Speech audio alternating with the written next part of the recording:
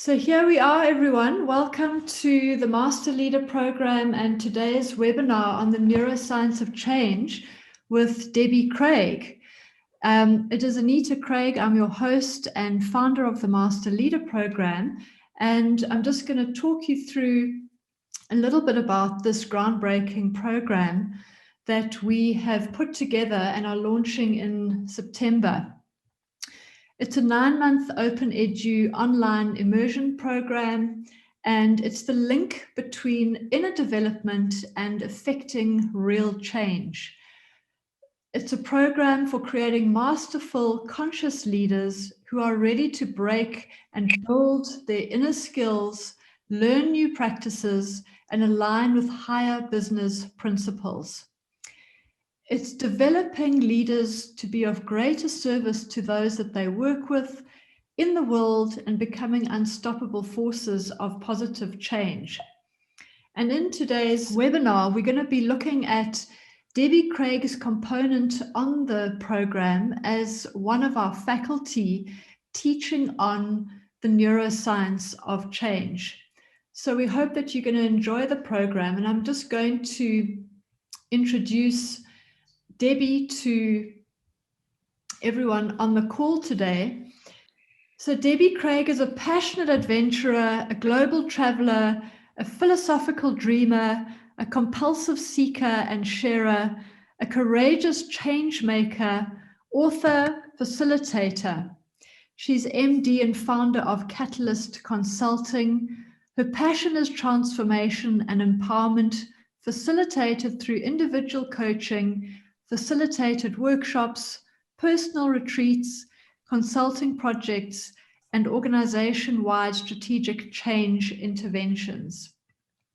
Debbie, I know, is an authentic lifelong learner and always advocating change and making real difference in people's worlds.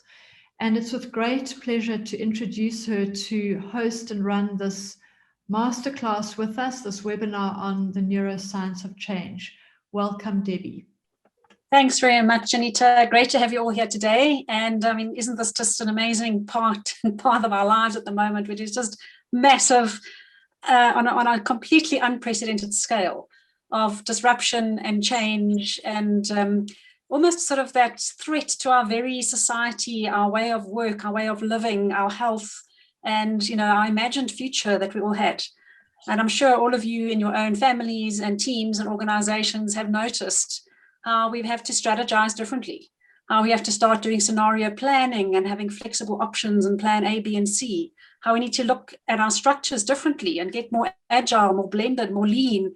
And I mean, I think every organization that I consult in, there's massive restructuring going on, and try to figure out how do we work with more efficient processes, with the new technology that's coming in, and at the same time, where do we have our full-time people, our gig economy? Where do we outsource? How do we work with the people's real productivity and energy and performance to create this future together, rather than just using a little tiny piece of people's assets as they go forward?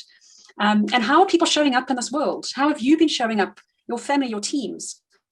On the one hand, we've been noticing a whole bunch of creativity and resilience and contribution, but on the other side, we've also been seeing a lot of fear, a lot of self-focused agendas, and people not showing up as the best versions of themselves because of the amount of stress and change and uncertainty that are facing them. So the question I'm posing for you today is, are you, which means you, your family, your teams, your organization, are you ready to respond and to change? And how do we organize? How do we execute? How do we enable? How do we engage in a different way as we move into this era of complete and utter uncertainty and unknown? I was just sitting with my consulting team yesterday, and we've been talking about this right from the beginning of COVID, and we sort of had to adjust and move from face-to-face training and consulting to virtual consulting, which took an enormous amount of time and energy. And I was so proud of, you know, my team that we were able to adjust. But then we hit sort of a new level of adjustment where we kind of settled into a different comfort zone of being away and being virtual and doing what we used to do face-to-face, but in a digital way. And yesterday we had this big conversation around, we can't just stay here. We've got to now elevate to the next level where our digital engagement is best in the world, and the way that we think is growing and evolving, and the technology we're using. Even though we're a small consulting company, we're looking at how do we use the best of breed of technology for our organization, and that takes different thinking, different mindsets, different amounts of energy. I mean, so many studies on the future skills are required, and a lot of adjustment happened over the last year. And I think digital is absolutely a no-brainer, that we need the digital savvy. We need, if our role might be shifting, how do we shift to work together with artificial intelligence, robotics, or the other things that might be coming in at a digital level, and new technology almost on a weekly basis. I mean, we had to shift from face-to-face engagement to virtual platforms and teams and collaboration systems within a matter of hours or days, as opposed to in the past, we had months and years to figure this all out. We've had to think differently, do scenario planning differently, engage differently from a social level.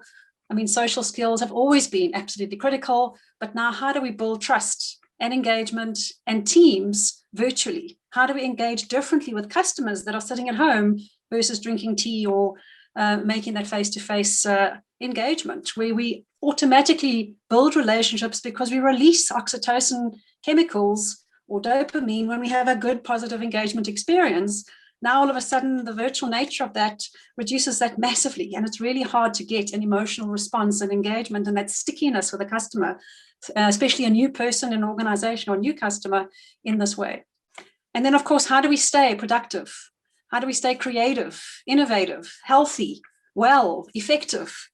If we cannot manage our own holistic personal well-being and health, we cannot work to our optimum as well. So from a personal level, how are you feeling in terms of relevant, resilient, and ready?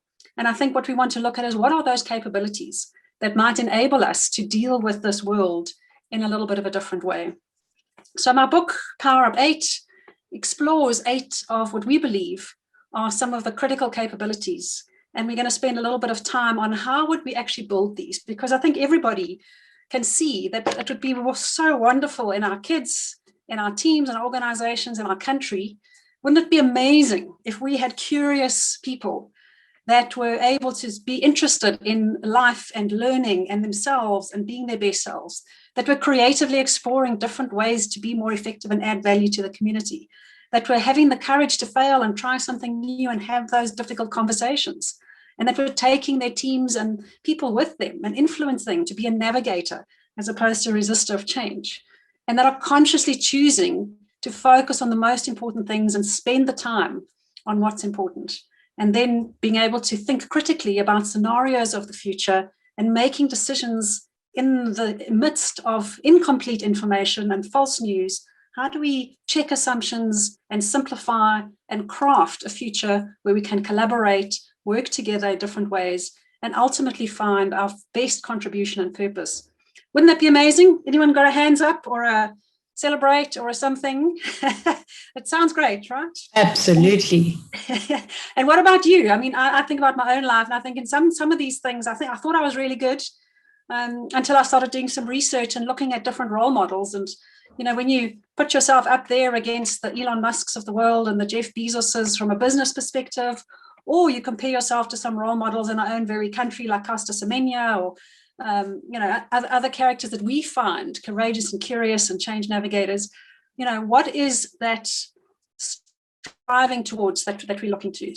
So let's explore just one for now, and we will explore more through the Master Leader Program with Anita, where you'll be having little snippets of each of those 8, and then figuring out, so how do we actually build those?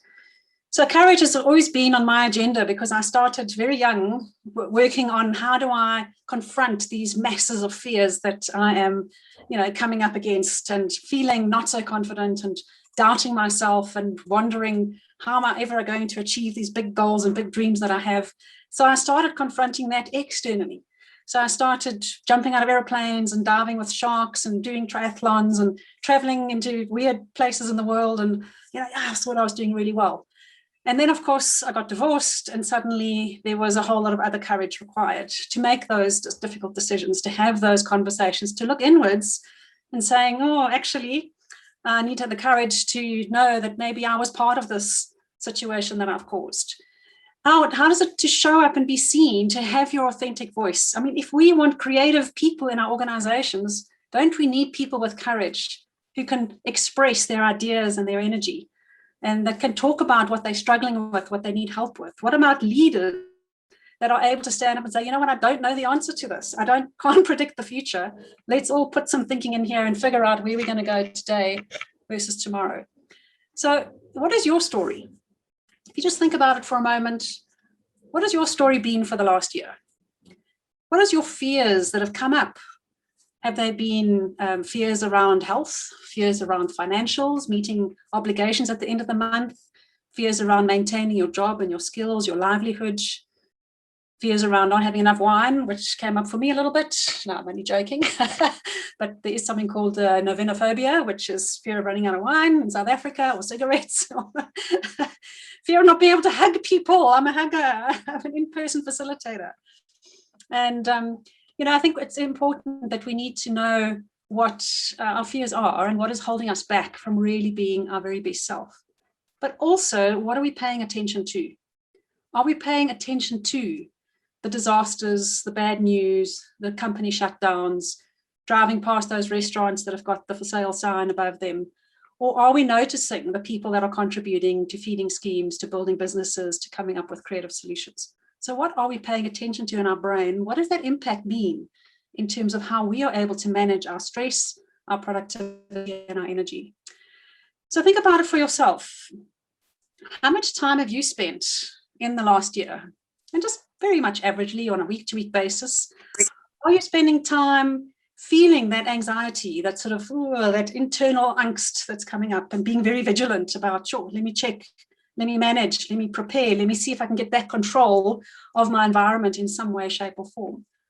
Or have you been out there with a resilience mindset that I'm going to bounce back, I'm going to try, I'm going to fail, I'm optimistic about the future, I'm going to adventure regardless of my external environment, even if that adventuring is within, because we could only go within in lockdown, right? And how many of us are able to adventure differently when we go out? So give me a sense, just on the chat box. If everyone can get in the chat box for a moment, just to have some fun with us. Give me a percentage of how much time you think you spent. Let's choose the right one, on the courageous adventurer. So out of 100, it would be 50-50, right? If you were in the middle. If you were a little bit more adventurous, it'd be 60 or 70, 80. If you're a little bit more anxious, it'll be 30, 40. Let's see, how are we doing? 50-50, some of us. Some of us have done well with 80%, well done. And I remember I was doing really, really well last year. I was out there running webinars and helping other people move through their things. And I felt like I was doing okay. And then later on into the lockdown and later on into COVID last year, I started running into some real trouble in my personal relationship. And it's got to the point now in this year where we've had to live in separate locations to try and figure out whether that's going to assist us to rebuild or move through. And that's put me straight back into this anxious controller where I'm trying to figure out where am I going to be, where I'm going to live, what my life is going to look like. So I think as we have different events and scenarios happen to us, we shift between the two of those. But where would you like to spend your time? Do you think it's more healthy, productive, useful to be an anxious controller? Or do you think it's more healthy, productive, useful to be a courageous adventurer? And there is no right and wrong answer. It's for you in a particular context at a particular time. You know, you can't rush forward exactly. There are for certain pros and cons of both. But are we conscious enough to notice we have a choice and to notice that in any one moment we might need to be a little bit, vigilant and look at a plan and a controlled future, that there's other times where we can let that become something different. If you think about how you've interacted with others, have you been in your organization or your team or family a passive resistor that is sort of watching for the dangers, putting the anchor into the safety zone? Let me just stay here for a moment. Let me just watch what's going on, or maybe dramatizing and focusing on all the possible dramas. Or, and this might not be you, by the way, this might be people that in your family or in your teams, because we don't always see what we do, right? Or have you been the maze navigator, which is around keeping the eye on the vision, keeping eye on that lighthouse, and helping your team and your family navigate around the obstacles that are coming up? Are you the pathfinder, the maze navigator, the change influencer? Let's have it again in the chat box. How many of you find yourself, what percentage on the right? Just give a bit of a sense. and see how honest you can be for yourself. And there is a resilience potential survey, which you can do if you want to find out a little bit more about these capabilities and how do we shift from the one to the other. So it's just good to be able to assess where we are and how we make the change. But the question I have for you is how do we now, if we want to shift that percentage, right? So like, and if you're saying 60% navigator, 40% resistor, what if you wanted to be 80% navigator? Or some of you wanted to build a little bit more? How would we then actually make that change? So there is change is reacting to how our business is changing, right? To how the external environment is impacting our business and doing different scenario planning. But in order to do that effectively, we need to be change agile ourselves and change responsive ourselves, which means we need to choose in moment to moment, day to day, week to week, what identity are we choosing in any one moment to be our most effective self? So as an example here, if I'm an anxious controller, in this particular case for myself at the moment, at times, what should I say, when I wake up in the middle of the night and the blood's pumping and the mind's going, even though I haven't had any particular thoughts, there's stuff I'm afraid, can I do this? I'm not sure if I can actually make this big change, feel anxious, worried, maybe I failed, maybe I'm weak, maybe I haven't figured this out, and therefore can lead to habits like procrastinating or worrying what other people think of you or thinking of the worst case scenarios. Alternatively, if we can cultivate an identity, such as the courageous adventurer, right? And we understand what those behaviors look like, we can then have a belief around that I'm brave, that I'm not afraid to fail, that I can create my reality. And therefore, I'll feel more optimistic, confident, and strong. And that energy of emotion, remember, emotion is energy in motion, that enables us to take the step, take the habits, embrace the learning, not afraid to fail, try new things. Now, this sounds all very wonderful in a picture, right? Typical consulting style, like 4-box things, not a problem. Let's just go and do this thing, right? But how many of you have actually tried to, in the last while, change a big habit? You try to learn a new skill or a new technology or a new way of working, new way of doing things, including running around your house in the backyard, trying to do 25 kilometers. Or maybe you've tried to learn a new language, or you've tried to go online, try to start a business. In the chat box now, if you wouldn't mind just putting in what has been something you've really taken on? And either you've been successful at it or halfway, or you're still trying. Just what are some of those big things that you have tried to change? And it can be a behavior, managing boundaries between kids and work. What are some of those things that you have? Because now we're going to dive into how the brain actually operates, which makes it difficult for us to do change easily, right? So getting a business online, right? Closing a business is massive, right? Letting go of behavior, I see there, perfectionism, judgment, getting more physically stronger, fantastic. Trying to be more confident, right? Because people buy confidence, don't they? All right, so a lot of you have tried some, even trying to learn a new language. I've probably got as far as Buenos Dias and Hasta luego and lo siento, but I mean, that's about it for now. Natalie, can you help me? That sounds absolutely amazing. Yes, please. Duolingo is wonderful, but you need conversation as well. So when we need to dig ourselves under this boulder, we need to think about how is our brain actually now functioning, right? So back to the chat box, and thank you for all of you who are playing with and going there. I'd love to encourage some of the other of you also to join in and use this as an opportunity to engage your brain and your body, because we're now doing something, into something that will land for you and you can take with you even just after this quick webinar. So quick thing, how long to change a habit? Anyone want to take a guess? There's an average of 18 to 254 days, depending on consistency and context and how often and regularly repeat, build a new neural pathway, reinforce it, and automate it. The average, by the way, is 66 days, not 21, but you can do it as fast as 18. But now let's say if we want to change our thoughts, and we have 60 to 70,000 thoughts in a day, this is an average from multiple researchers. That's a lot of thoughts, would you agree? Some of you who are a little bit more active in your imagination, thinking, worrying, might be a little bit higher on that scale. But now we want to change, right? We want to become more courageous. We want to be able to grow our comfort zone into that growth zone, into that stretch zone, so that we can function better in our prefrontal cortex and make better decisions and become more conscious. How many of those thoughts are the same today as yesterday? So we want to change, but how much are we actually just repeating our automatic programs of who we believe we are? About 90 to 95% are the same, unless we can become super aware, super conscious, and we're practicing metacognition and choice. Now, in this context, and I want you to think about in the last year over this COVID period, how many of these are typically negative? So out of the 60 to 70,000 thoughts, how many of them are stressed or negative or less optimistic, resilient? Now, the average person generally tends to be 70%, but over this COVID period and all the webinars, trainings, and sessions that I've been running, the average has come a little bit higher to 80 and even 85%, because we are in high alert, because we are in vigilance, because we are natural. Our amygdala is scanning our senses coming in from the outside world and looking at all the data we're absorbing and making a quick decision, whether that is a threat or a reward or something that we need to get ready for or something we need to relax into.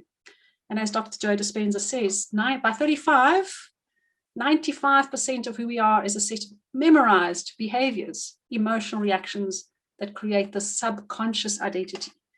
So if you are a courageous adventurer or a anxious controller, that is most likely automated, so that when stress comes at you, overwhelming demand, something unsurprising, or something that's just consistently pushing you into a higher level of performance or creativity or action, that stress will be automatic. And those choices will be automatic unless we can stop and choose. Now, the reason for this is that, and I love this picture, I mean, our brain really, it's a fabulous, fabulous organ and an engine and piece of fantastical engineering. But what it gives us a complete record of the past. And while we may not remember everything consciously, unconsciously, it's a complete record of everything we have experienced, heard, seen, done, felt, and not just of our current lives here, but of our ancestry and some of those programs from much further past than our birth. And that we are naturally hardwired for comfort and safety, to be in survival, and our brain will automate as much as it possibly can to conserve energy and resources. So if we have a predictable everyday identity and belief and response, instead of making that conscious, it'll put it down into the cerebellum, into an automatic process, and then we don't have to think about it or give energy to it. We just move into automatic. And that is why we spend a lot of our time in that 90-95% programmed response. And with every response or with every memory that we have, that's programmed with an emotion, hardwired in with a chemical. So when a new event comes along that reminds us of this past event that was hard or difficult or loss or pain, we get immediately that past memory or the emotions of that past memory gets brought to us and refloods our body. It releases those emotional chemicals and hormones that were embedded in our memories, and we feel that all over again. We were naturally triggered then into a stress response. So let's take an example. How many of you love dogs? Put your hand up. How many of you have a fear of dogs, especially aggressive, big, black? Anybody here? A bit of a fear of dogs? Maybe we're in a dog lover environment over now, but can you imagine someone who is, right? And you would be able to be walking along the road or in a park or something, and this dog runs at you. If you have had an experience of a negative emotional event linked to an aggressive dog, guess what's going to happen to your body without you even thinking about it? Within 0.005 seconds, you will already have that stress response. If, on the other hand, you've raised with dogs, you're confident with dogs, you're very okay with big dogs running at you, you might just run at the dog with your arms open. You go, hello, my darling. And the dog goes immediately with that energy into sort of that submissive, playful behavior. Now, whether it's a dog, you're going to be sent into fight, flight, and freeze, and your whole body and your brain is going to go into putting all your blood and your attention to the extremities. Your heart rate is going to go up. Your breathing is going to go up. Your thinking brain is going to move from your prefrontal cortex to your limbic system to enable you to prepare for fight, flight, and freeze. And in that case, you lose the ability to make good decisions, to connect with people, to be healthy, because in the no threat zone, your parasympathetic nervous system, you then are able to rest, digest, and renew. So all depending on your previous examples, you're going to go into one or the other. And whether it's a dog, or whether it's a boss, or someone who has power over your future, a stakeholder, a client, anyone got that horrible call that's coming in, or that email that comes in, and it just pushes all your triggers into threat response, that this angry behavior or aggressive behavior could lead to some form of loss or pain for me. How do we open up our emails and notice how some days there's automatically that response when it feels like it's overwhelming, or stuff you can't deal with, or someone else has let you down, or a colleague is now ill and you have to pick up all the issues that that person was going to bring to you, versus are you able to open that up with a calm, no threat response, and sit with the restfulness of just doing your job. Enable your body to digest the food and the nutrition and the health and energy that it needs to do, and be able to renew how you think about yourself, about the world, about your work. So if we think about that, we are, some of us 70, some of us 80, some of us 85% in the threat response. What does that do to our ability to manage change? Can anyone tell me what happens to our ability to learn, to manage change, to be creative, to reach out and connect with people, to come up with new visions?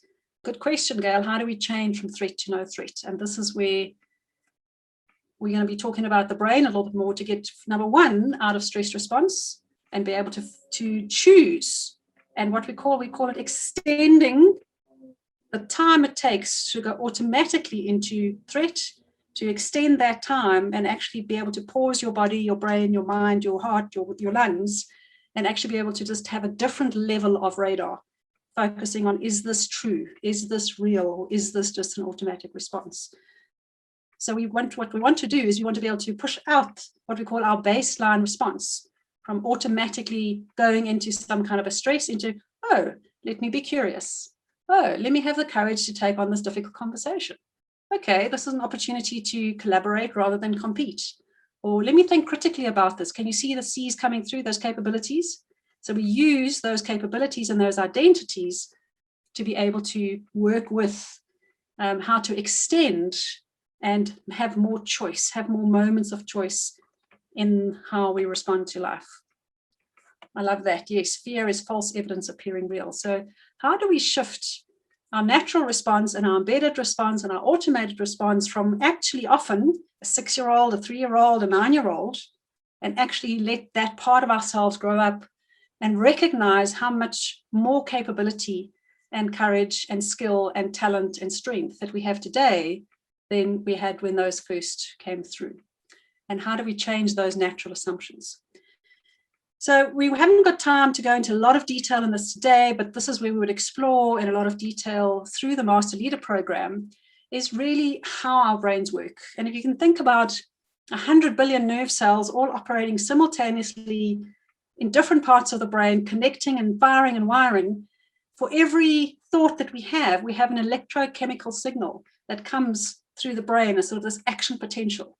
And that action potential has a frequency. And that frequency stimulates the bursting of what we call these little vesicles. You see those little red dots in those little white holes. And depending on the frequency, will burst through different chemicals, different hormones, which then get flooded into the body.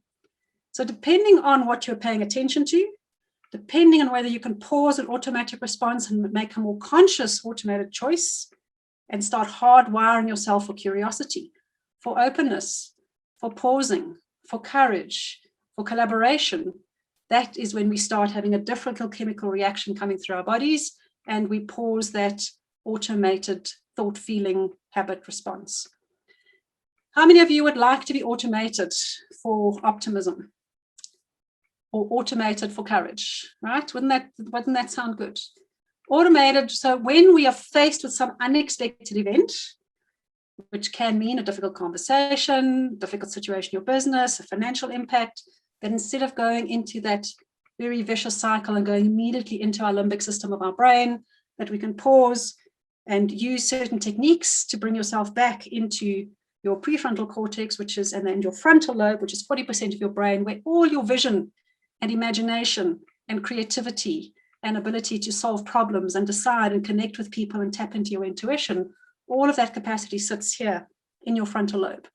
And so we want to pause going back into limbic system chemical automated response.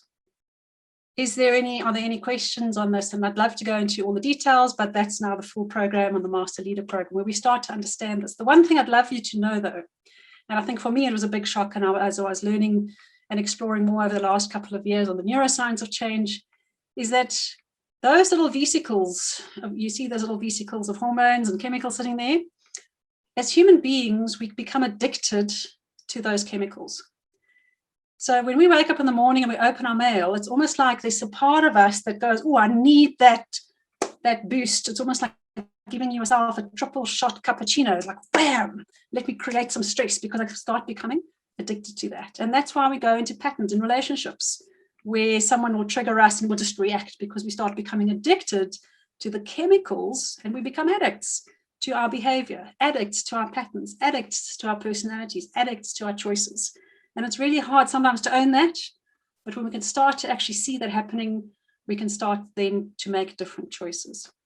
And what does an addict need to do if we want to change our behavior and not become reliant on a particular feeling and product? What do we need to do? We need to stop doing it, right? We need to be able to get some help. We need to be able to have buddies to be able to keep us on the straight and narrow and to give us the feedback in the mirror as to where we're doing that, right? So if you think about the time that you're spending in stressed survival, this is one of those pictures that I've used as part of my COVID time.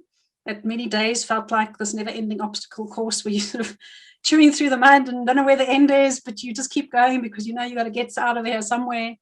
And some days you're in this creative resilience where you're thinking, wow, look what I'm doing, look what I'm figuring out, look how I'm, imagine the possibilities of now, for me, as an example, moving from a sort of South African with a little bit of international business to the world's my oyster now. We've got a client in the Middle East, we've got stuff happening in Latin America, we've got, big global companies that we're facilitating for, plus we're doing some lovely, interesting work in South Africa. This is now the beauty and the benefit of change. And wish we could, I like that, Virginie, wishing creative resilience would hang out more for sure. And how do we start paying different attention? Because in any day, you can look at the news, you can look at what's going on at the anti-vaxxers and the panic and the chaos and the numbers, and look at all the organizations that are closing down and people retrenching, or you can notice our beautiful gardens, our families, the people that are doing beautiful things out there, the creative solutions that people are coming up with. It's really, and that's another habit, is how are we paying attention to different things to create a different state? And when we're in a different state, once again, we're either in the stressed and the sympathetic nervous system, and we're in fight and flight, and therefore we cannot change, we cannot learn, we cannot heal, we cannot develop, we cannot think, we cannot be productive, or we're choosing to cultivate this creative resilience and all the capabilities that go with that. So a few things just to take with you. Our brains do not know the difference between an imaginary threat and a real one. So most of the threats, and that's what you said earlier, Anita, that fear equals false expectations or false evidence appearing real, right? How do we change that and start noticing how we can imagine a different reality when the dog or the boss or the emails are coming? And we create stress by thought alone. So just by thinking about a disaster or an imagined reality, we create the chemical cascade that naturally goes into the limbic system, flows down into our adrenal glands, releases the chemicals into our bodies, triple shot cappuccino, go into the stress response, blood flow, and we start that whole process over again. And if we think about it today, and then in half an hour, and then half an hour again, and in 15 minutes, we're reintroducing this response. And over time, you can imagine if we have no rest, renew, reset, our bodies start breaking down, our immune systems get compromised, and we start getting problems with autoimmune and diseases and all kinds of other terrible things that come at us. And the more we are addicted to these chemicals of stress, the more we are unable to get out of it until we recognize that this is actually an addiction and we have got the ability to change that. And also to remember that we cannot think, create, solve, or choose effectively in that state of stress. And we cannot learn or change or connect. Connect inward to our intuition, connect outward from an empathy and a compassion perspective, because we become very self-focused on what's going on in our environment, we're in stress response, what's going on, how much time have I got to do this, and how do I manage to get out of this as quick as possible. So just to give you a bit of a look-see into the brain. Now, if we want to move into a learning state and we're expanding that comfort zone, we're becoming more courageous, more optimistic, more of a change navigator, we're in a learning zone, right? But in order to learn that, we need to unlearn. So the neural paths are hardwired and set. In order to create a new neural path, we need to create a new little baby neural path, and then it's going to need to connect, and then we're going to fire and wire and fire and wire until that becomes hardwired, and not just hardwired in one place. In multiple parts of the brain, you'll have interlinking and interconnected neural nets that have an identity and a character that you respond to. So just watch and see how the learning and the unlearning can happen. Isn't that quite fabulous if you haven't seen that before? And I think what has been so amazing and powerful for me is knowing that every time I have a thought and I reinforce a thought, or have an emotion and reinforce an emotion, or choose an identity, I'm actually shifting the physical hardware in my brain, not just the emotional or chemical software, right? It's the physical hardware, is the wiring that's different. So the more I can choose to do the things that I want to do and show up as my future self that is confident and courageous and able and strong and flexible and whatever it is that for you, your future self looks like, that is what you start to become, because you'll start to notice. And that's where the beautiful prefrontal cortex is. It'll target your attention to the pieces that are reinforcing your vision for yourself. And that is why we do that. If we are focusing our attention on the fears and what can go wrong and on the disasters, what does your brain do? It targets its attention to all those bits of information that we need to keep us safe from that disaster. So the more time we can spend being focused on our future self and our vision and the energy and the emotion of what we're looking for, the more we are able to create that with enough vigilance, with enough management of self and health, but not overcompensating for that. Because and there's beautiful stories about not being able to pour from an empty cup. How do we contribute, and how do we collaborate, and how do we be change navigators, and how do we think critically when we are so depleted because we haven't had any time and space in our bodies and our environments to actually rest and reset and renew and figure out how do we rebuild that capacity. Because when we are feeling good and we are feeling healthy and we come back from leave, or we do something really awesome for ourselves, can you feel that energy to contribute and to try something new is just so much more. So there's 6 brain shifts, which we'll cover in also a lot more detail in the program. And these are specific tools and techniques that we can work through. So I'm just going to fly through them and just explain to them this a little bit, and then we'll wrap up and see what's next. So the first one is around your attention to intention. So I want you to think about now, over the last just couple of days, what have you been intending to do or be? Do you have a vision board? Do you have a specific goal in mind? And how much attention are you paying to that in a moment-to-moment basis, day-to-day basis, week-to-week basis? How visible, visual, inherent in you is that intention and the ability to pay attention to that? Or do you get easily distracted of everybody else's needs and wants and demands and issues that are coming, that takes you away from where you are needing to go? So how do we do that? By learning to go into alpha state. You can do it in a waking mode, you can do it in a quiet mode, and training your brain to pay attention differently in those modes. We'll also be working on the power of imagination. And if you remember, we said the brain doesn't know the difference between an imagined threat and a real threat, or imagined future that's real or not real. And a beautiful study that was done was around a finger strengthening exercise. Now you can imagine 3 groups, typical scientific study. One group had a little finger spring, you can imagine, like a little dumbbell springing thing, training up the little bicep here on the finger for a whole month, for 4 weeks, 1 hour a day, 5 days a week, would actually come and train up to see if they could build the strength of this particular muscle here. Very easy to isolate and to measure, right? I took another group and they said, I want you to imagine also 1 hour a day for 4 weeks, how, imagine yourself, but don't touch the spring, just imagine yourself pulling the spring. And they had, of course, a control group to test. Can anyone guess, just on your chat box there, what percentage did we increase muscle strength of the activated group over a month? What do you think? How much increase in muscle strength in 1 month, 1 hour a day, 5 days a week could we develop? 30% increase. Yes, Anita, you know this, right? Or you're just making a good guess. 30% muscle strength by the active group. Now, what I want you to guess. The group that was imagining, right? So 30% is the active group. The group that imagined, what percentage do you think they were able to increase muscle strength without lifting a finger? And this wasn't a one-off experiment, by the way. This has been done multiple times over the years. We're just picking one. The answer is 22%. So not lifting a finger, 22% to 30% was the differential. It just shows you, and there's so many studies of these, if you look them up, are really, really cool. Third area there is metacognition and the ability to be the watcher of yourself, to pause at various points in your day to, okay, what's going on? Where am I? Am I in creative resilience? Am I in stress response? How are my thoughts creating my reality? What am I paying attention to? How clear is my intention? Where am I getting distracted? So that ability to watch the watcher and make choices is the metacognition. And there's tools and techniques to get you better and better at that. And how many can relate to this experience at certain times of the day or certain events that happen? It's like, oh no! And a whole lot of expletives might come out of your mouth, whether it's in the traffic or through mail or through something that suddenly has to happen. And this is a time where instead of going into that automatic stress response, that you can grow and expand your pause button and your ability and space to make a choice and have a different response, having different capabilities.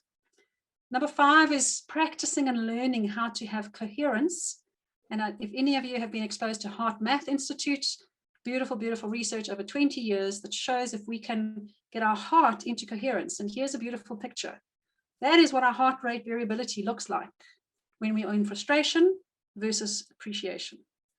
And that has an automatic impact on your cells in your body. You can imagine that sort of very variable energy and vibration actually moving through your body when your heart is out of alignment. And what do you think's got more communication, heart to brain or brain to heart? What do you think? It's probably about 90% heart to brain, because the heart reacts quicker, is more in tune with energies that are beyond our conscious awareness.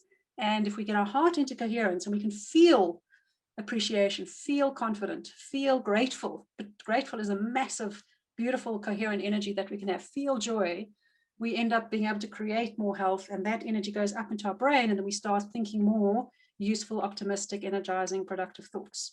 And then we create a positive thinking, feeling loop. So go and have a look at heartmath.com if you wanted to do some more of that. Maybe. I just have a question here from Lisa on the previous slide. What does refractory mean in that context? So the refractory period is the space from when you get a piece of data in, right, from your senses, information, email, a shouting or something, that takes you out of your natural, coherent, calm state. How long do you go down into that sort of non-calm state until you get back up again? So it's when the amount of time that the chemicals are still rushing around in your system and taking you away from your prefrontal cortex, and you're in the limbic system, so you're not able to function and make good decisions. And that's why we often regret what we have said or done in those states of emotional and chemical heightened response. So if we can shorten that refractory period and extend our ability to pause, which is giving us space to actually stop that chemical cascade, then we can work. Does that work for you? So the refractory, I'm just wondering why it's that particular word. Well, there is a chemical refractory period. If you think about a chemical reaction in chemistry, yes. There's other parts, if you look on the internet, that you'll find other refractory periods in terms of arousal. And it's the amount of time between being normal to being aroused or chemically induced to going back to normal. So that's why it's used as refractory. It is a scientific psychological term, if you have a look at that. Okay. Yeah. Okay, great. Thank you. So some people, for example, after a divorce will be in refractory period for 10 years, right? Of resentment and anger and, disappointment. Whereas some people will get over that quickly, and within a year they're back and they're operating mostly normally. That can be as long as your refractory period, or very short. If someone stubs your toe and you hurt yourself, that chemical sort of flip, I've got a problem, to getting back to calm can be as short as a couple of seconds. I see there was a question here as well about, in a threatening situation, do we think before we feel or feel before we think? So there isn't a very standard answer to that one, but often what happens is the automatic response is generally going to be a chemical, an electromagnetic frequency that floods your brain, releases an emotion that's linked to a chemical. So that will happen automatically before you even have time to think. So only when you have time over 0.05 seconds and you stand back and you pause, can you actually create a different cascade and a different response. So just going back to coherence, there's beautiful heart rate breathing that you can do to get back into coherence. There's cultivating emotions. There's lovely techniques we can do there. And finally, it's training yourself to create new habits through repetition. And the best is the same time, same place, same context, consistency. You can bring that down to 18 days to fire and wire a new habit. So how do we create, one at a time, 18 days at a time, or 20 days, 21 days at a time? We slowly but surely build those new habits that help us to move from procrastination to action, from fear to courage, from being the change resistor to the change navigator. And how are we then able to just live our lives overall in terms of we're making choices from the self-saboteur or from self-master, so that we can really be conscious of our attention, our intention, and how we're doing this. So that's a little taster. I know it's very short and sweet, and I hope you've got some idea starters and thoughts to go and follow up on as you go through that. I'm going to hand over now to Natalie or Anita. Debbie, just one other question that came up was, when you look at the continuum of the 8 capabilities, how does shifting on those continuums impact on your personality, or does it impact on your personality? Was a question. Well, the wonderful thing about neuroplasticity is if you pay attention to an intention and you build a new habit and you create a consistent way of responding to life, you can make marginal shifts to your personality. In other words, the way that you naturally show up. It is very difficult and hard to do that if you don't have the long-term energy and discipline to do that, but it's absolutely possible with neuroplasticity to shift, not fundamentally change from one continuum to the other, but absolutely can shift your natural responses. I can attest to that. I think I'm a nicer person now than I used to be when I was really super stressed. Thank you, Debbie. I mean, it's always so refreshing to be reminded how resilient we are, or the capacity and the potential that we have to be resilient. And especially when you're stuck in that really deep, dark, difficult place, it becomes hard to remember that. And sometimes just one small step at a time takes you in the right direction.